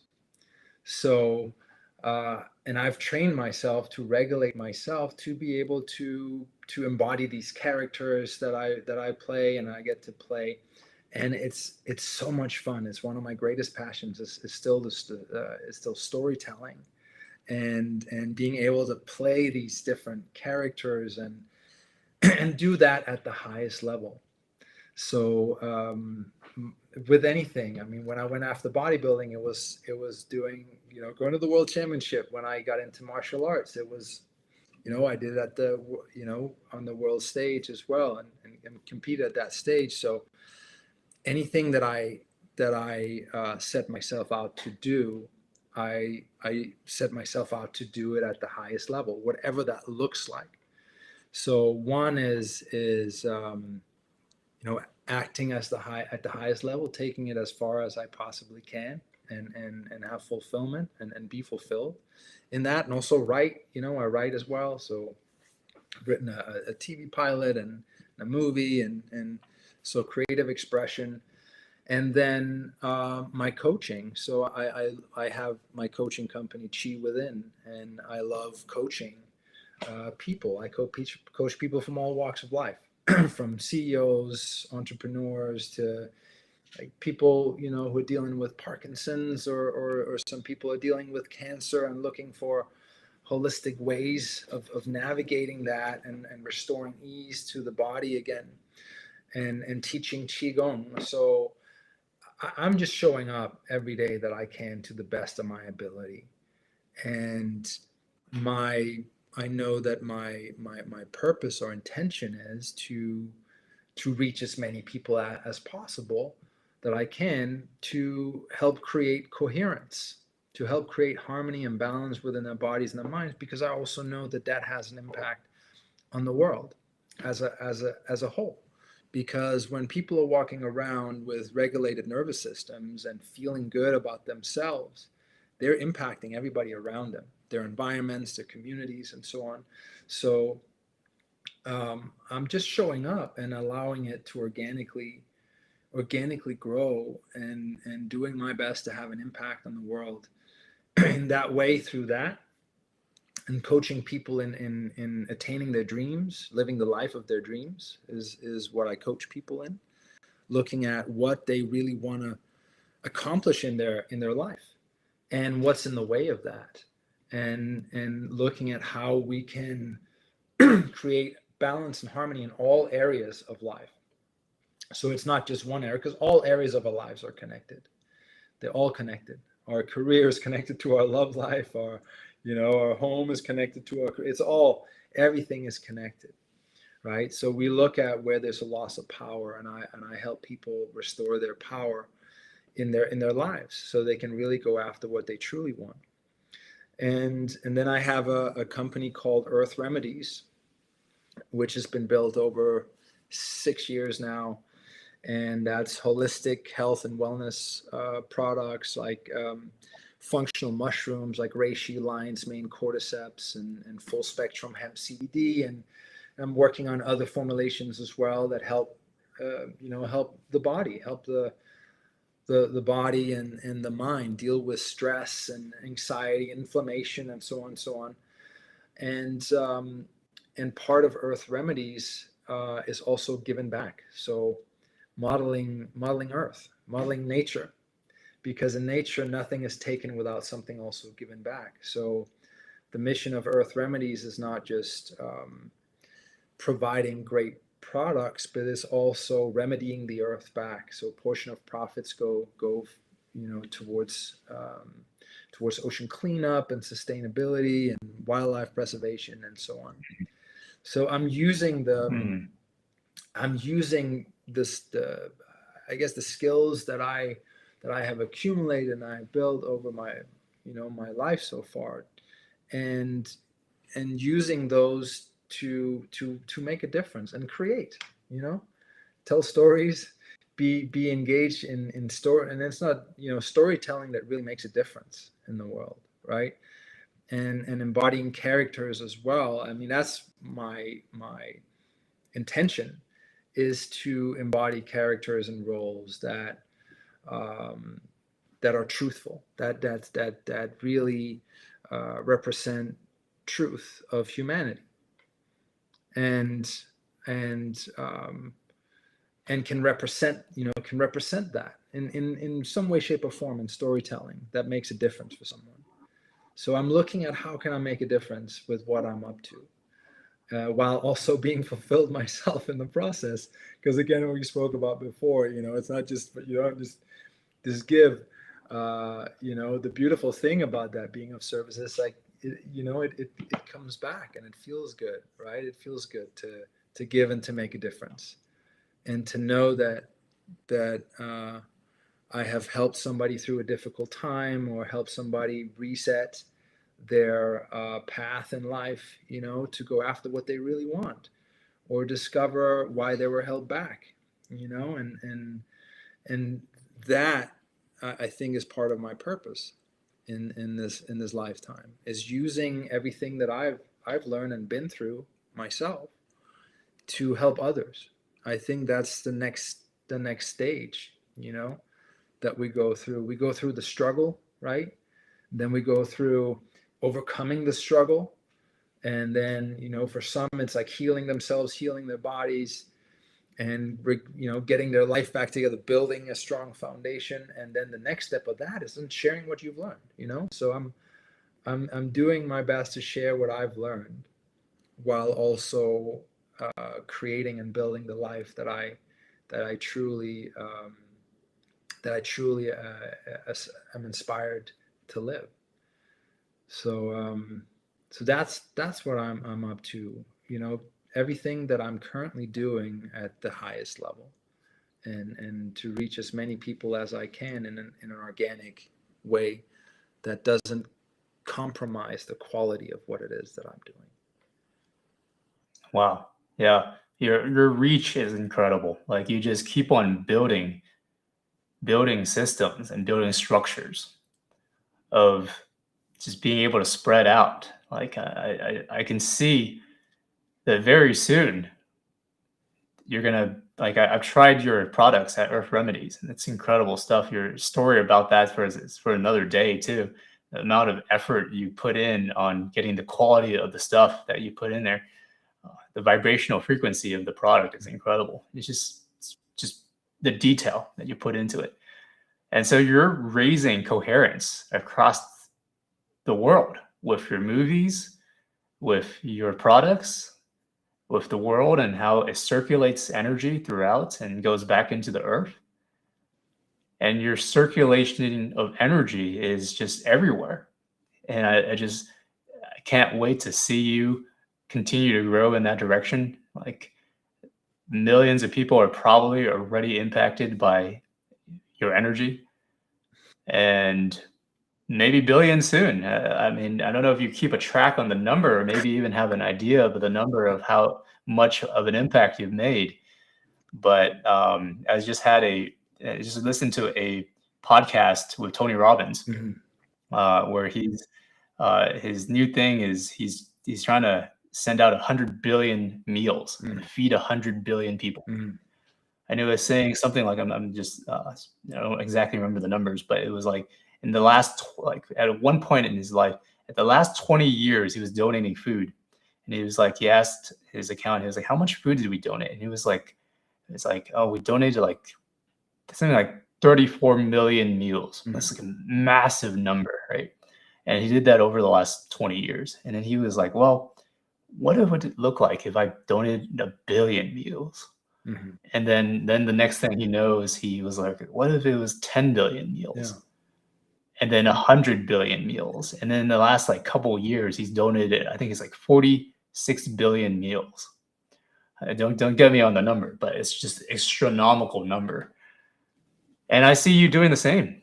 I see you in your expansiveness. You're just putting in the work, and sometimes that's the fulfillment of all of it, of the impact that you have made in the world, and it's really incredible to be able to know you, Tom. Thank you very much, Henry. That's very, very kind of you to say. And I feel, yeah, I'm thank you very much for inviting me on the show and to be able to share this. And also, what I want to share as well is that everything that I've accomplished so far in my life has been because of great teachers and great mentors and people that have been there for me, friends and family and people that have been there for me when I was in a difficult time as well.